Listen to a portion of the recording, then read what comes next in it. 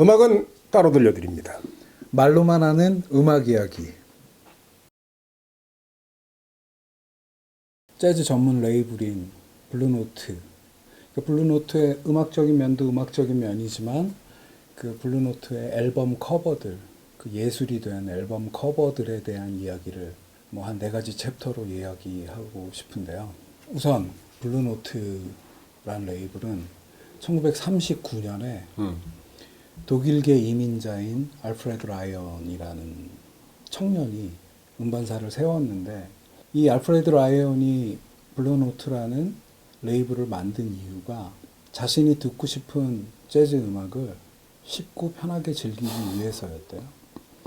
그래서 그런지 그러니까 가장 중요시 생각하는 게 그 뮤지션들에 대한 어떤 존중, 대우, 음악을 녹음함에 있어서, 재즈를 녹음함에 있어서 뮤지션들의 어떤 자유를 완전히 보장하는 그런 시스템을 만들어서 쭉 50년대, 60년대 중반 되면 알프레드 라이언이 이제 매각을 하게 되는데, 은퇴하지. 이 레이블에 그러면서 은퇴를 하게 되는데, 그때까지의 이야기를 좀 해보고자 하는데, 이런 이제 블루노트가 음악적으로도 훌륭한 재즈 음악들을 생산해내고 녹음해내고 펼쳐왔지만, 또 중요한 부분이 블루노트가 이 모던 재즈에 있어서의 어떤 그 비주얼적인 아이덴티티, 재즈 하면 뭐가 눈에 이렇게 머리에 떠올라 하는 그 시각적 이미지를 완전히 만들어낸 그러니까 레이블인 거죠.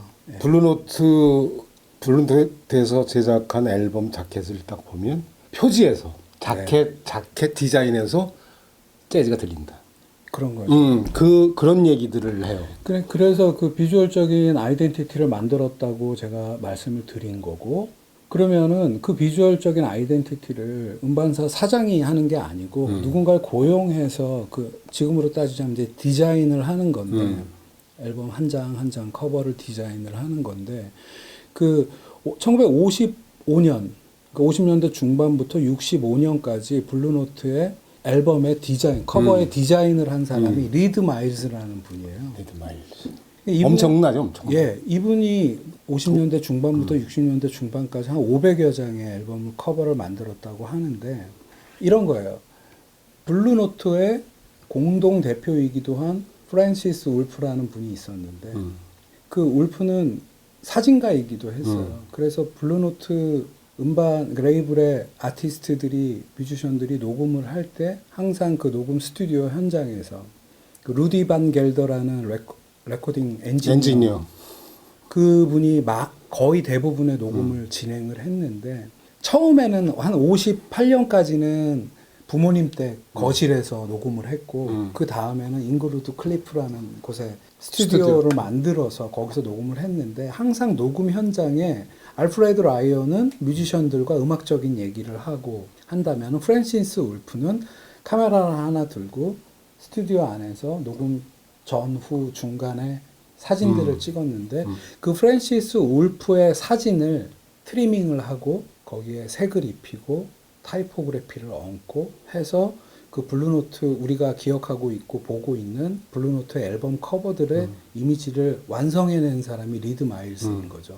근데 이 리드 마일스라는 분은 사실은 클래식에 더 관심이 많고 재즈에는 관심이 없었대요. 근데 프랜시스 울프가 그를 픽업해내고 앨범 커버들을 디자인함에 있어서는 알프레드 라이언 대표, 음악을 책임지고 있는 프로듀서이자 대표인 알프레드 라이언과 얘기를 해서 한 장 한 장 디자인을 해냈다고 하는데요. 그 리드 마일스가 디자인한 그 블루노트의 앨범 커버들을 한 대충 세 부류로, 세 카테고리로 나눠서 설명을 하고, 블루노트 앨범 커버가 패러디된 어떤 전형적인 예, 좋은 예 하나를 해서 이렇게 4개 챕터로 이제 설명을 드리기로 하고요. 첫 번째 블루노트 앨범 커버의 스타일은 아티스트 사진을 내세우고 거기에 특유의 디자인적인 요소를 가미한, 그러니까 아주 블루노트 특유의 스타일이에요. 그래서 지금은 아주 흔하잖아요. 그러니까 지금 이렇게 너무 흔하게 이렇게 하나보다 있는데, 사실 어떤 의미에서 파격적이에요.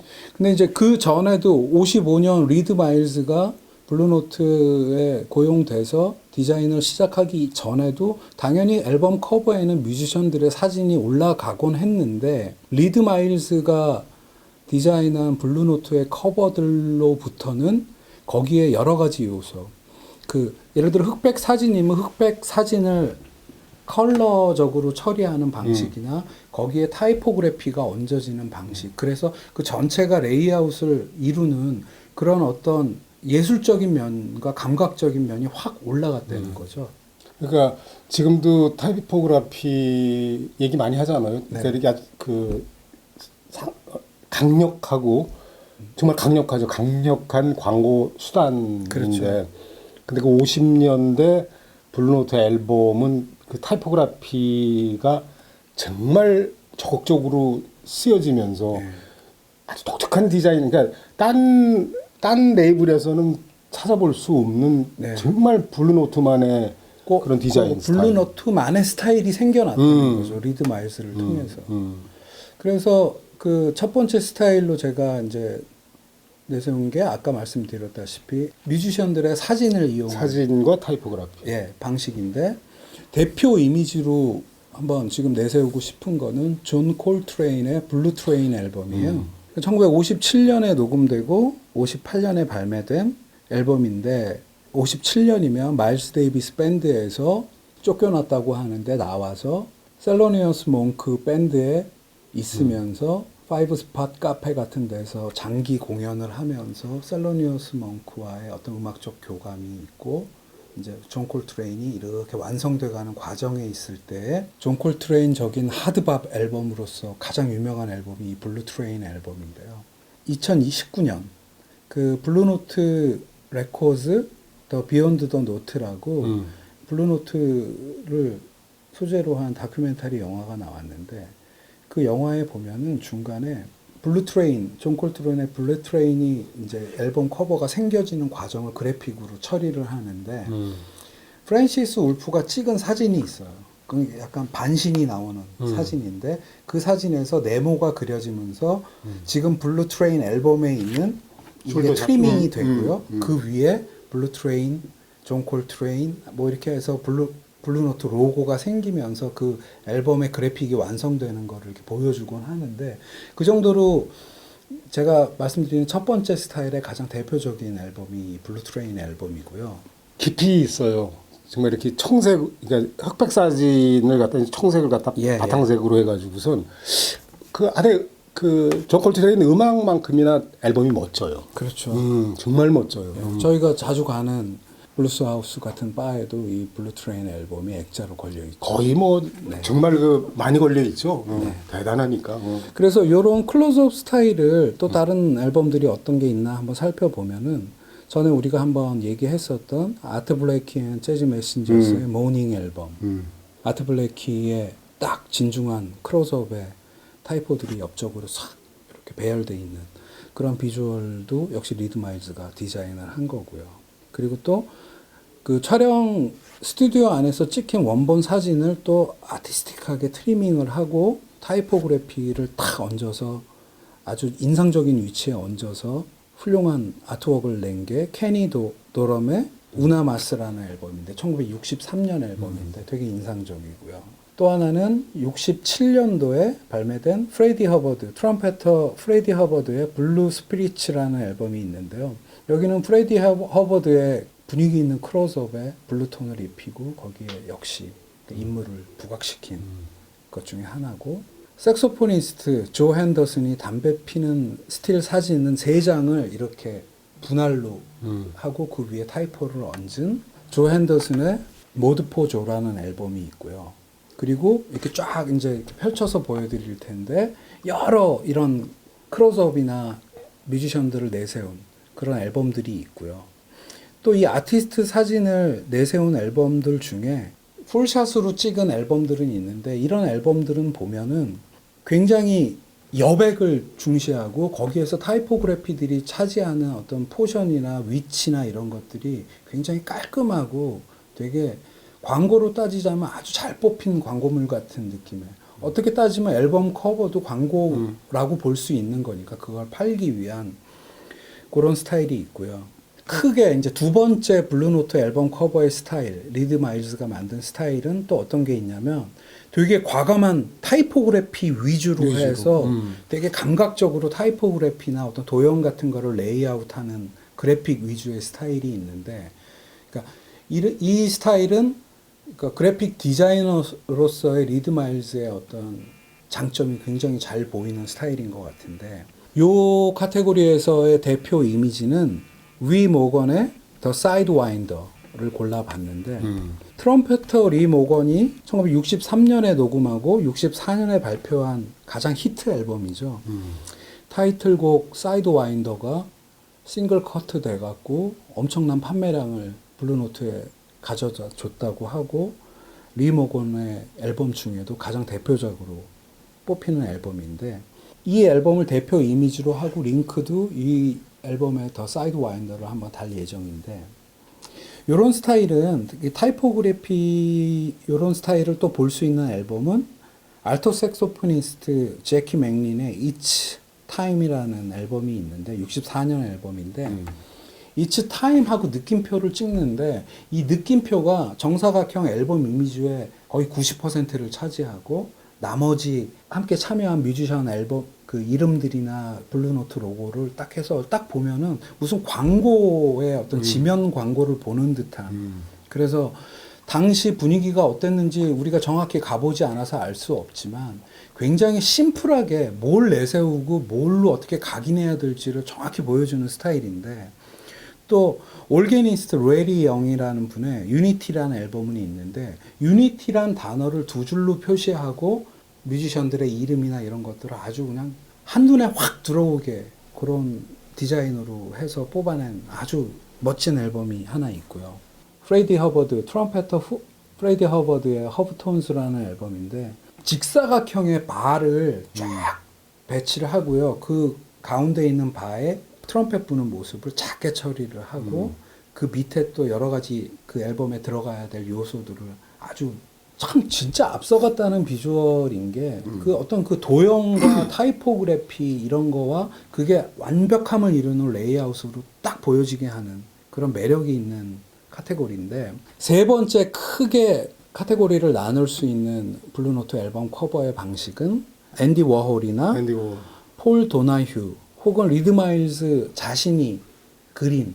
앤디 워홀이 블루노트 앨범을 몇 개 했다고 그래요? 예. 제가 이제 대표 이미지로 지금 보여드릴 자니 그리핀의 더 컨그리게이션스라는 앨범인데 57년 녹음돼서 58년에 나온 앨범인데 앨범 자켓으로 정말 이 유명한 앨범 자켓에 있는 일러스트가 앤디 워홀이 7, 8년 이럴 때는 완전 무명이던 시절인데 리드 마일즈와 안면이 있는 그런 사이였다고 하고 그 앤디 워홀의 그림을 앨범 자켓으로 사용을 했는데 앤디 워홀이 나중에 팝아트의 거장으로 폭발하면서 예를 들어 자니 그리핀의 컨그리게이션이라는 앨범은 그 안에 있는 음악도 훌륭하지만 앨범 자켓이 앤디 워홀이 주가가 상승하면서 더 가치가 있어지는. 그러니까 네. 앤디 워홀 거라고 몰라도 네. 딱 자켓을 보면 야 이거 걸어두고 싶네. 네, 그 정도 정말 그러니까 앤디 워홀이 정말 대단한 뮤지션, 그러니까 아티스트예요. 예. 정말 그림이 예술이에요. 예. 앤디 워홀이 그 당시에 이 블루노트 말고도 다른 레이블에도 많이 그림을 시체말로 팔았더라고요. 그래서 그 앨범 자켓에 사용되곤 했는데 또 다른 앤디 워홀의 일러스트가 들어가 있는 앨범은 케니 버렐의 57년 케니 버렐 앨범하고 58년도에 나온 제가 굉장히 좋아하는 앨범인데 블루 라이츠라는 앨범에도 앤디 워홀의 일러스트가 들어가 있고요. 그리고 또 리드 마일즈 자신이 드로잉을 해서 루 도널슨, 색소포니스트 루 도널슨의 쿼텟, 퀸텟, 섹스텟이라는 앨범이 있는데 거기에도 그 자신의 일러스트를 전면에 딱 내세우고 아주 심플하게 디자인을 한 그걸 볼 수가 있고요. 그리고 또 하나 폴 도나휴라는 또 일러스트레이터가 있는데 그분의 일러스트를 사용한 앨범이 호레이스 실버 Blowing the Blues Away라는 59년도 앨범인데요. 거기 피아노를 치는 뒷모습에 호레이스 실버를 그린 그 메인 비주얼. 이 앨범은 음악도 굉장히 훌륭해서 명반으로 많은 사람들이 좋아하는 앨범인데 거기에도 그러니까 블루노트의 이 세 번째 스타일 이렇게 한번 소개를 드리고요.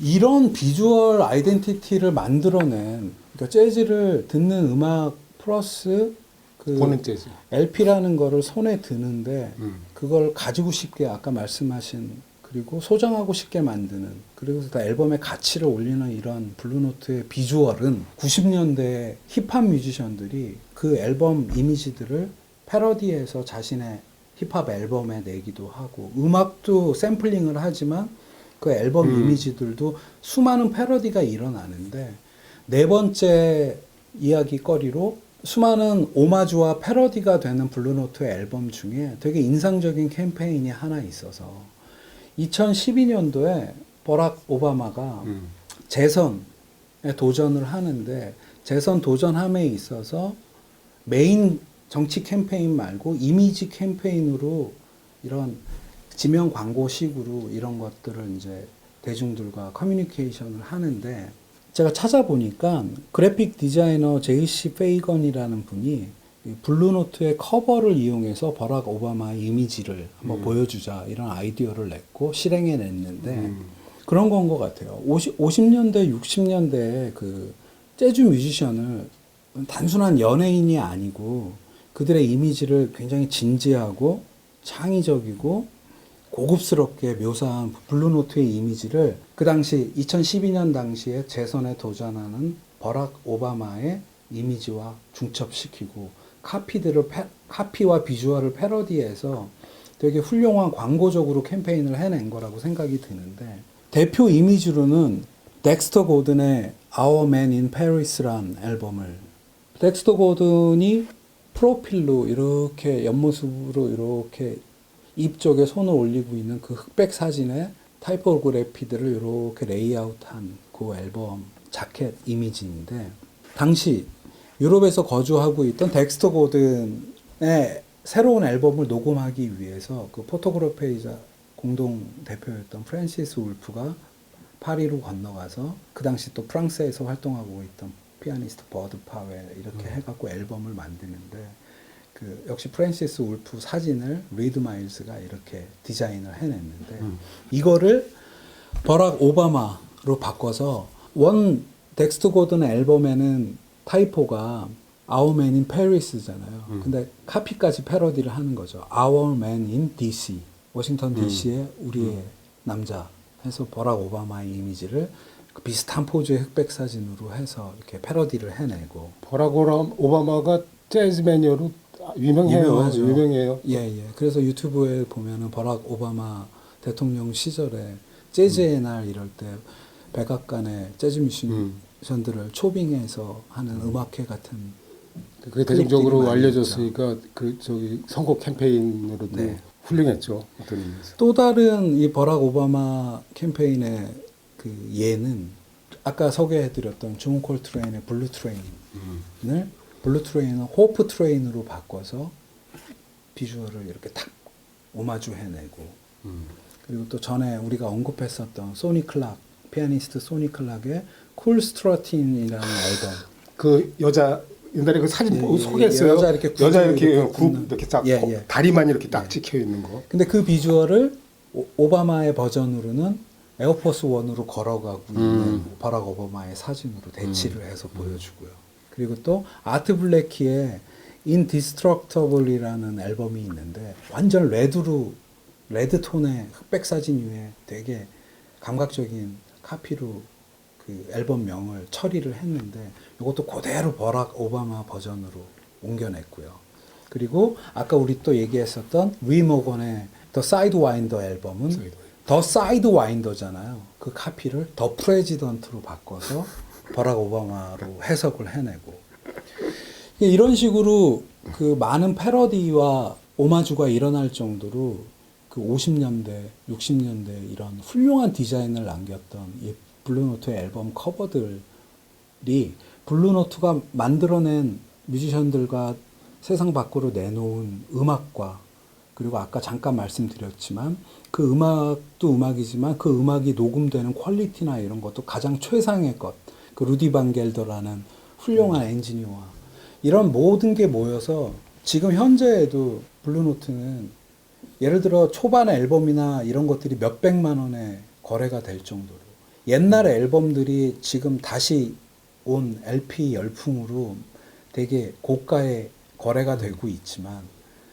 그 블루노트의 앨범은 거기서도 한 단계 위에 가격대를 차지할 정도로 어떤 그 명품의 이미지라고 저는 생각이 되는데 그런 명품의 이미지를 만들어내는데 비주얼적인 요소를 사용했던 그 리드마일스의 디자인들 뭐 이런 것들에 대해서 한번 얘기를 해봤습니다. 카테고리 이렇게 나눠가지고선 김감독이 사진 앨범을 갖다 이렇게 보내줬어요. 앨범 사진들. 그러니까 한 장 한 장도 압권이지만 이렇게 한 군데 앨범을 갖다 이렇게 딱 모아놓으면 그 자체가 작품이에요. 정말 이렇게 보면은 아 이거 학교에서 하나 걸어놓으면 안 될까 할 정도로 정말 앨범들이 그러니까 대중문화의 종주국이 미국이라고 그러지만 그 미국의 대중문화가 가장 꽃피었었던 때가 50년대 같아요. 50년대. 그 50년대를 미국의 타이포그래피 르네상스라고 그러거든. 그렇죠. 예, 그리고 디자인이 안 된 듯한 디자인이에요. 그러니까 너무 자연스럽게 보여진다 이거지. 절대로 디자인 된 거죠. 그러니까 사진도 트리밍 다 해갖고 사진 한 컷이 있으면 여기서 여기까지 쓰고 다 돼 있는데, 근데 그 트리밍한 그 자체가 너무 자연스러운 거야. 그렇죠. 그 보면 디자인 안 한 것 같아. 디자인 안 한 데다가 타이포그래피로 도드라지게. 또 어떤 카테고리에 아까 설명을 드렸지만 어떤 카테고리의 또 디자인은 디자인을 위한 디자인, 그러니까 디자인이 그 시대에 가장 앞서 나갔던 디자인을 또 그래픽으로 보여주기도 하고 그런 게 다 섞여서 어떤 이렇게 블루노트란 이미지를 만드는 데 있어서 한 디자이너가 그렇게 많은 앨범을 디자인했다는 게 또 인상적인 거죠. 그거 거의 뭐 불가능한 일이죠. 네. 지금 리드마일즈 외에는 그런 앨범 디자이너가 없잖아요. 그렇죠. 그 리드마일즈는 나중에는 서부로 옮겨서 CF 감독 됐다고 CF 그러더라고요. 감독이 돼갖고 그 클리오상도 받고. 클리오상도 받고 했다고 하더라고요. 그렇다고 그러대. 네. 들으시면서 앨범을 앞에다 딱 두고선 들어보세요. 그 노래예요. 그 노래. 네.